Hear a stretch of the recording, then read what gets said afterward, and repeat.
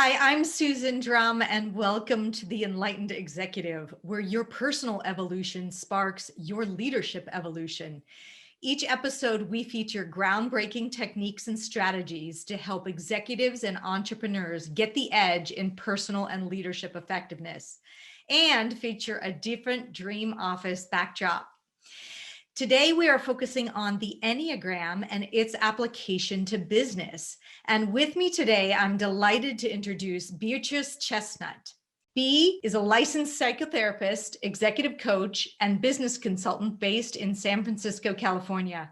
She has a PhD in communication studies, an MA in clinical psychology, and has been studying the Enneagram since 1990. She's the author of two groundbreaking books, The Complete Enneagram and The 9 Types of Leadership. Welcome, Bea. Thank you so much for joining. Oh, it's a pleasure to be with you, Susan. Thank you for having me. Well, now you know I love the Enneagram as it's a cornerstone of our leadership development programs. And you and I have co-facilitated and developed materials that apply this amazing tool to leadership. But for those who maybe don't know, what is the Enneagram? Can you share a nice little overview of what is this thing that some people have a hard time pronouncing? Sure. The Enneagram is a typology, a personality typology of 9 archetypes. And it's a sense-making framework. It helps people understand their habitual patterns of thinking, feeling, and behaving. And people find it really useful because it's so accurate and thorough in describing these 9 personalities and the interconnections between them. Yeah, it's usually after people have taken the assessment, they're like, wow, I can't, Yes, this is almost scary that it, yes. nailed me so well. And so why would this kind of tool be particularly helpful in business? And we're going to dive more into depth in that, but just kind of like at a high level, why should an executive or an entrepreneur care about it?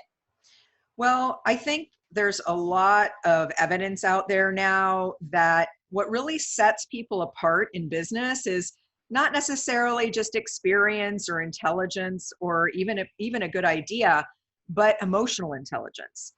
The ability to get along with people, the ability to navigate business relationships, to collaborate with people. I mean, more and more, you really need to collaborate and work with others in order to get important things done.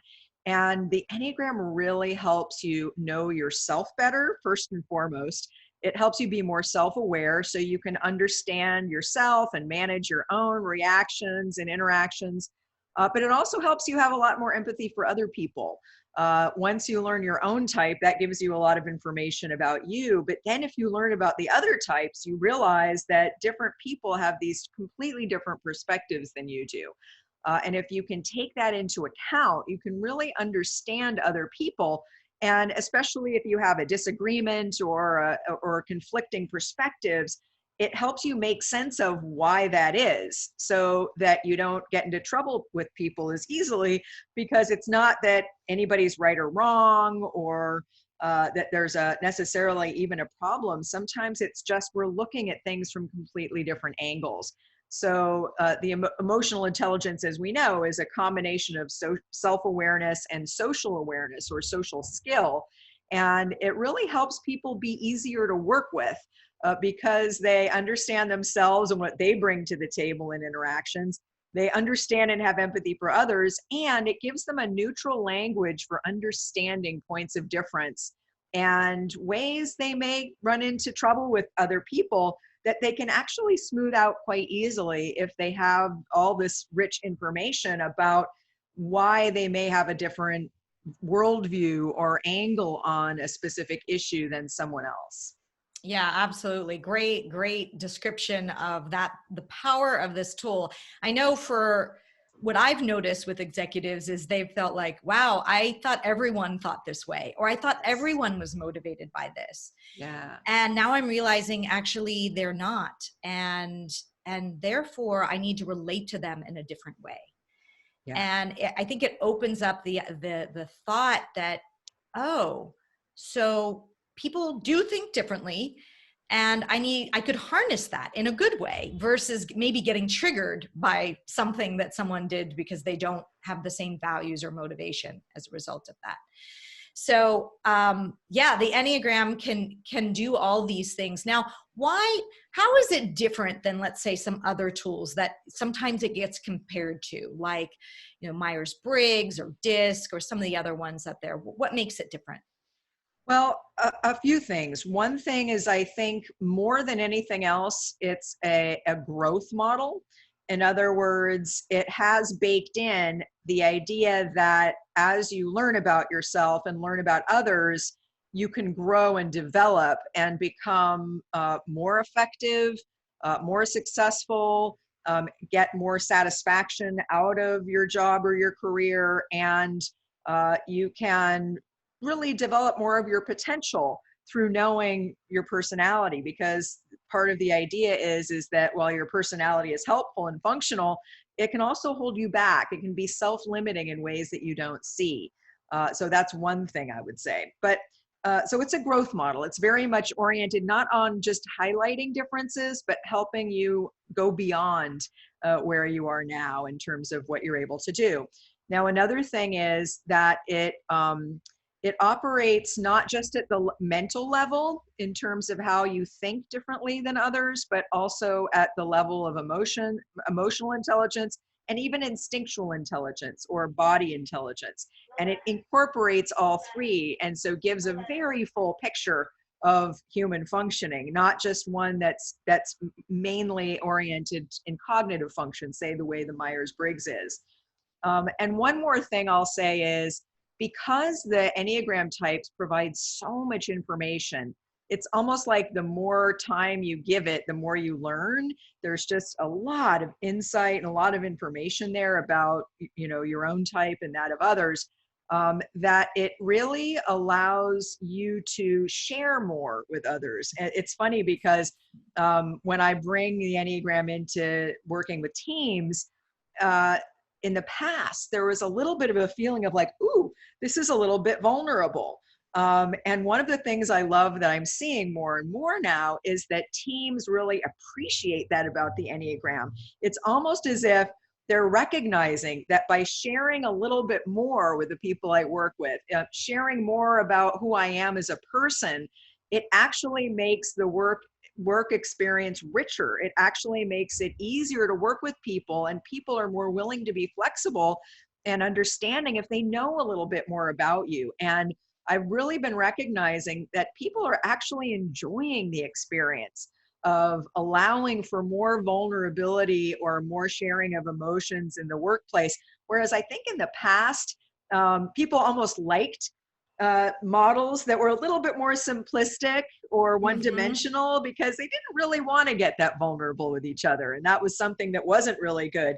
But I think that's really changed. And I think the Enneagram is the perfect tool for the moment, because it allows avenues for sharing more and sharing at a deeper level that I think people are finding really gratifying, because they learn. I mean, I've been watching it happen with teams. It's like you see lights go on and you see the interest people have in understanding each other. And but it provides the increased sharing in a kind of a safe way, because there is a structure. You can go as far as you feel comfortable. You don't have to share everything, but you can share more about yourself. And certainly when people learn the different types, they know a lot more quickly. And so I think getting to know each other better and faster, and in ways that actually feel supportive of doing work together, and of even having a good experience on the job, are all things that make the Enneagram really special. Yes, yes. I also find what's great about it is they become, in one way, it's easy to learn the system, and yet it's so deep at the same time. So, I mean, you've been studying it since 1990. So that must have captivated and held your interest to go that depth. And I've been working with it for 8 years now. I continue to learn more and more about it. But at the same time, I find the archetypes are easily memorable because, I remember, Myers-Briggs, you're an INTP, and how do I relate to you? And, oh, you're an ENTJ. And so therefore, what do I do? I feel like in a team setting in particular, it's really powerful because there are 9 types. And when you understand the 9 types, you already have a little bit of a language to be able to understand what motivates that person, how that person should get feedback, what you need to pay attention when you delegate to that person if they're on your team. So using it in a team setting, I've found it to be really one of the most powerful tools. Yeah, Sounds like I you have agree as well. completely. Yes, I Yeah. agree completely. Yeah. So could you maybe share an example, because I think listeners love to hear about, well, let's see what did it do for someone, either if it's an individual or team, or even if you have an example of both of those, that would be great. Sure. One example that's coming to mind, that would from a team that I worked with once. This was at a financial firm. I was working with a small team of leaders, really high level leaders, and there was the head of the team was not getting along with another member of the team, and they were having kind of ongoing friction and kind of conflict. And they brought me in to teach them the Enneagram. And one of the guys was pretty skeptical. The leader of the team already knew the Enneagram, so he was bringing it in as a way to help. And the guy that he was having a problem with was skeptical, but through the course of the session, learned his type. And his type was not what the other guy thought it was. In other words, there had been a real misunderstanding of what this guy's motive was. But when, he thought he was a 6, but it turns out he was a 1. And so when they found out what types they both were, and they were more able to talk about kind of what they tended to pay attention to the most and what their main issue was and the conflict they were having, they were able to completely shift the dynamic that they were having within the team. And all of a sudden, they went from having a problem with each other to appreciating each other, because they realized, oh, the conflict we're having over, this business disagreement is really about this. And that makes so much sense. And they were able to kind of come together around it as opposed to be against each other. And I worked with that same team a year and a half later, and they were doing really, really well. And the leader told me they were so thankful they did the Enneagram session, because now that guy was a really highly valued member of the team, and he was doubting whether he could work with him anymore. So he went from almost letting him go to having an experience with him where he was a really needed, valued member of the team, playing a really important role that now he was able to understand, because he understood, exactly where he was coming from, as opposed to kind of misperceiving him or guessing what his motive was and being wrong about it. Yeah. Yeah. Can you give an example of like, what was his motive versus the other person's motive? Sure. When they were selling new work to clients, this guy who was a 1 was worried about, at times, are we representing ourselves honestly enough? Like in any sales effort, right? You got to put your best foot forward. And the other guy was a 3. Right. And so 3s are good at selling, and they're good at kind of painting a really positive image or picture. And the 1, worried about integrity and honesty and ethics, was sometimes doubting, like, are we really being honest about what we're offering while we're giving the good sales pitch?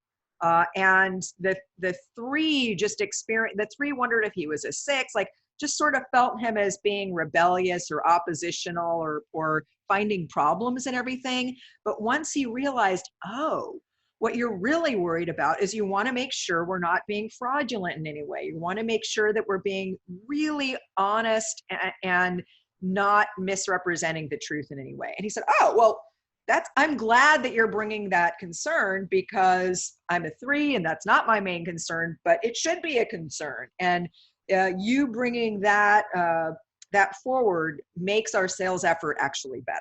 And so it went from like, why are you always questioning me, to, oh, now I understand what your concern is as a 1, because he had no idea this guy was a 1. And now it made a lot of sense.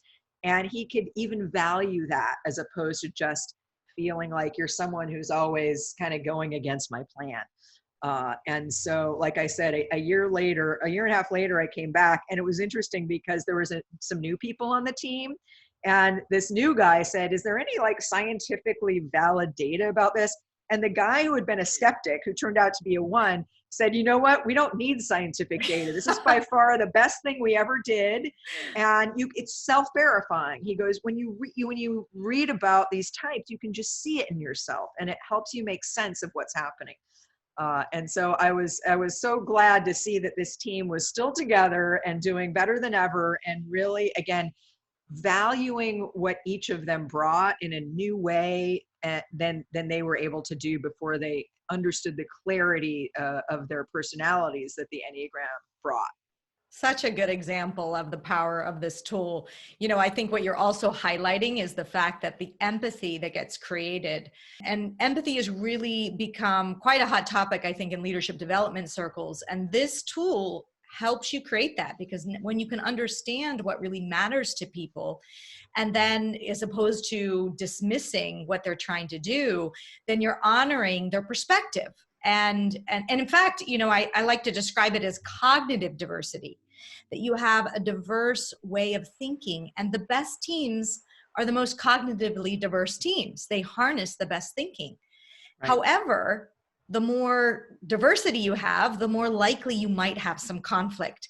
So how do you get the best of the diversity while still managing the conflict? And I think that's what the Enneagram brings to the table in a way that I've never seen any other tool do. Really good point. Really good point. Because when people can see the value in the other viewpoints, and there's no sense that one's better or worse or right or wrong. They're all valuable. And when you can understand what they are, you can almost understand how to put the pieces together. Yeah. Now, what might you say to the skeptics? Because I know you and I have definitely come across some skeptics, you know, or and you even talked about the one you worked with being a little skeptical. Yeah. How do you handle that, and what do you say about it? Well, I invite skepticism. You know, I think I have so much confidence in this system that I don't get thrown off if someone has questions. Now, it's not for everyone.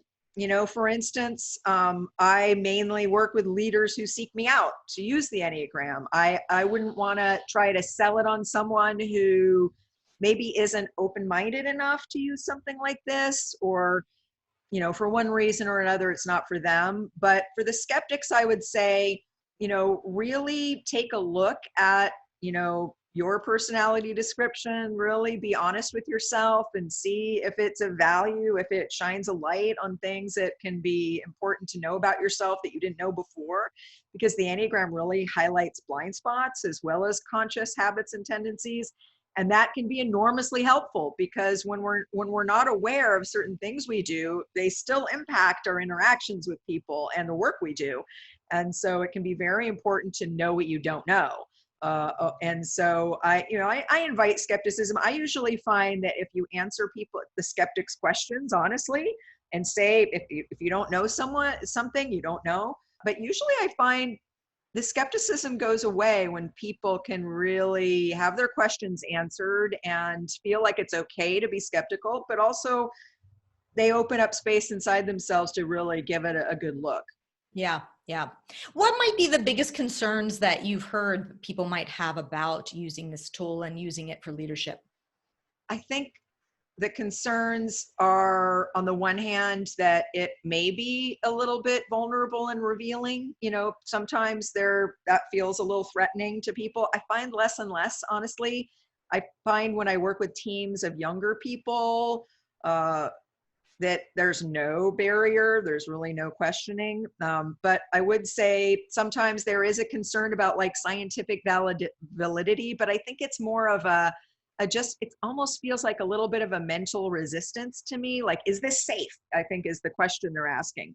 You know, will it be okay if we open the door to sharing more about ourselves? So I usually find that questions are matters of safety. And so I try to speak to that. So for instance, when I work with teams, I encourage leaders not to make it mandatory, to make it voluntary, but I encourage them to also say very clearly why they think it's of value.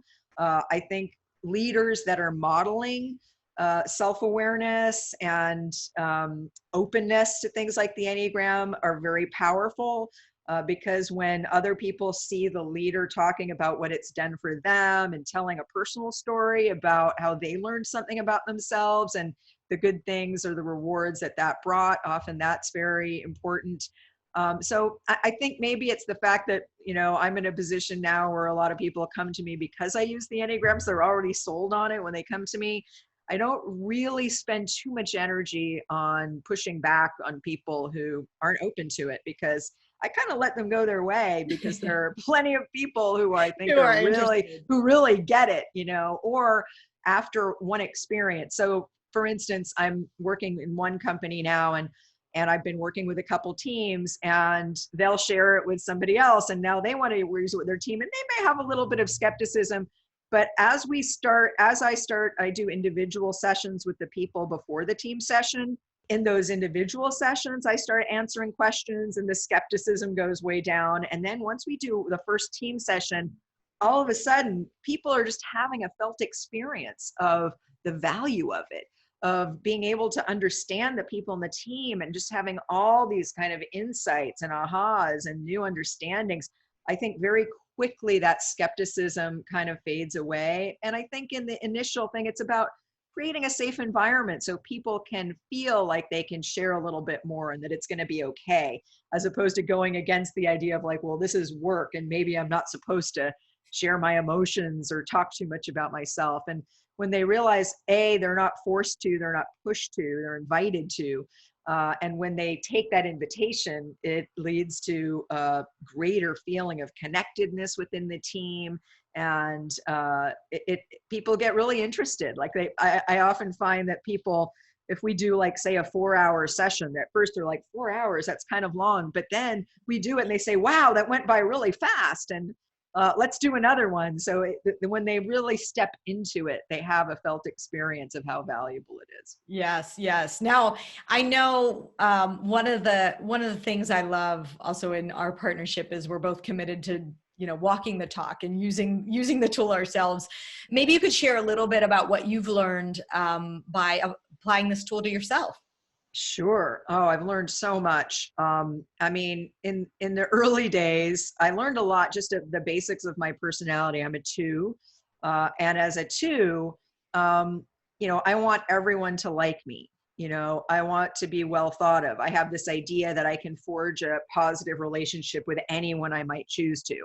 But I think that comes that's a little bit unrealistic. So I've had to kind of learn like, well, not everyone has to like me, and that's okay. I've also been conflict avoidant in the past, and I've learned to have conflict, and I've learned to be more open and assertive in ways that might lead to conflict, knowing that that's okay if it comes up, that conflict can be strengthening. It can strengthen relationships and connections, that sometimes you need to have the uncomfortable conversation in order to get to a better place with people. I think it's interesting. I'm thinking of one insight I had as a group facilitator. I got the feedback at one point that that person saw me giving a lot of positive feedback, but not saying a lot of what I thought that was more in the constructive critical vein.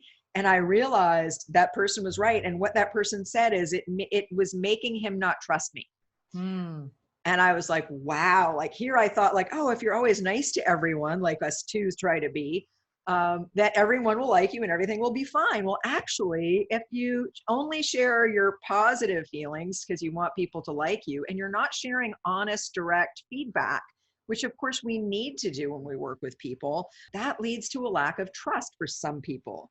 And that was a completely new idea to me, because I always thought, well, you've always just got to be being nice and leading with friendliness and supportiveness, and everything will go well.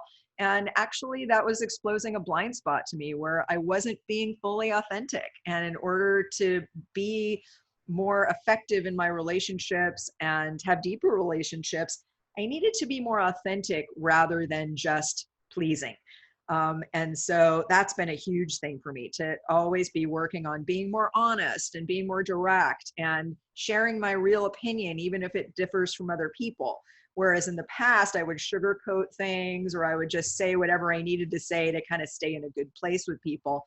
But really that leads to superficial relationships, or it leads to just sort of moving away from some people that you could have good relationships with if you were willing to explore more what doesn't always go well between you. And at first I was very afraid to do that, but I've developed a lot more resilience and a lot more willingness to, really lean into just being honest and dealing with what's happening, no matter what that is. Yeah, yeah.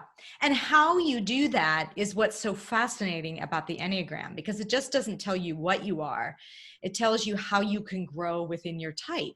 Yeah. And how you grow within your type are the model itself, right? It's a diagram, and there's certain things you can learn from people that are on either side of you, the numbers on either side of you. Like, so in your instance, the 1 and the 3, right? Yeah. There's a growth path there, and what we call wing style. And then there's growth on the arrow lines. So there's the diagram actually has arrows, and they point to other styles that you can learn from. Right. So I think it makes it actionable for people, as you just described, as opposed to maybe some of the other tools. It's like, okay, I'm this type, and now what do you do about that? Right. Exactly. Not that there's anything you have to do, but if you're interested in growth, and if you're watching this channel, you're interested in growth.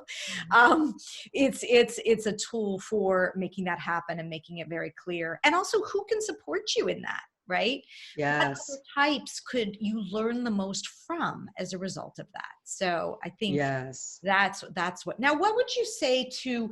And I realize you're not dealing with a ton of skeptics, because people are coming to you because you already know. But it's more of a question that some may have. It's like, well, how does you boil down? People are so unique. How do you boil it down to 9 types? Like, how does that?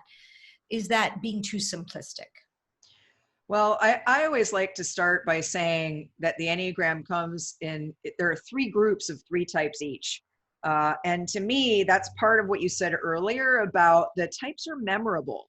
Like, I think the Myers-briggs example is kind of good. I have a really hard time remembering what those 16 types are really all about.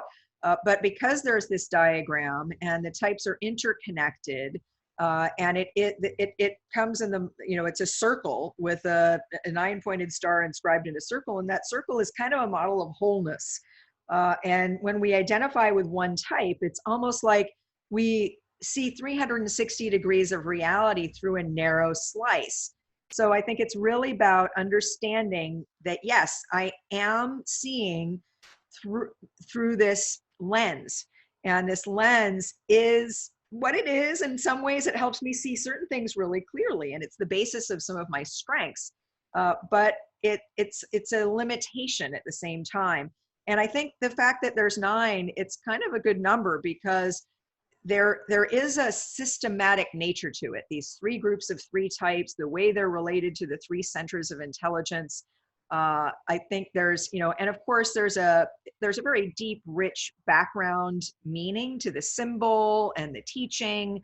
It's rooted in history. I usually don't bring that in when I work in business, because I don't think people really need to know or want to know too much about the history. For me, it just shows that this is deeply grounded in mathematics, in ancient wisdom philosophy, so that there is kind of a rhyme and a reason to the 9. And I think in a way it's a good number, because it's not too many, but it's not too few. And again, once you understand the system and the 3 groups of 3 types and the way they relate to the centers of intelligence, which are ways of processing information in the world, I think you start to get a sense of the way the whole thing holds together, and the fact that there are these 9 distinct types that can be described so accurately. It just starts to make sense intuitively and also experientially. And there's even some additional variation with the concept of subtypes. So there's Right. 9 main types, but each type has 3 different subtypes in it. So there's actually sort of 27 flavors, but you don't have to, it doesn't have to be overwhelming in that way because they're all related to the 9 types, you know?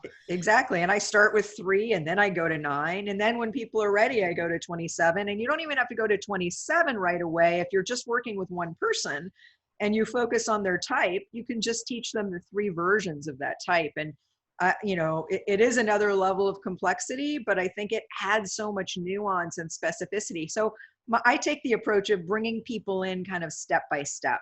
And I think when you use that approach and they get each step, when they get to that level of understanding it more, it all kind of makes sense and holds together. Yeah, great.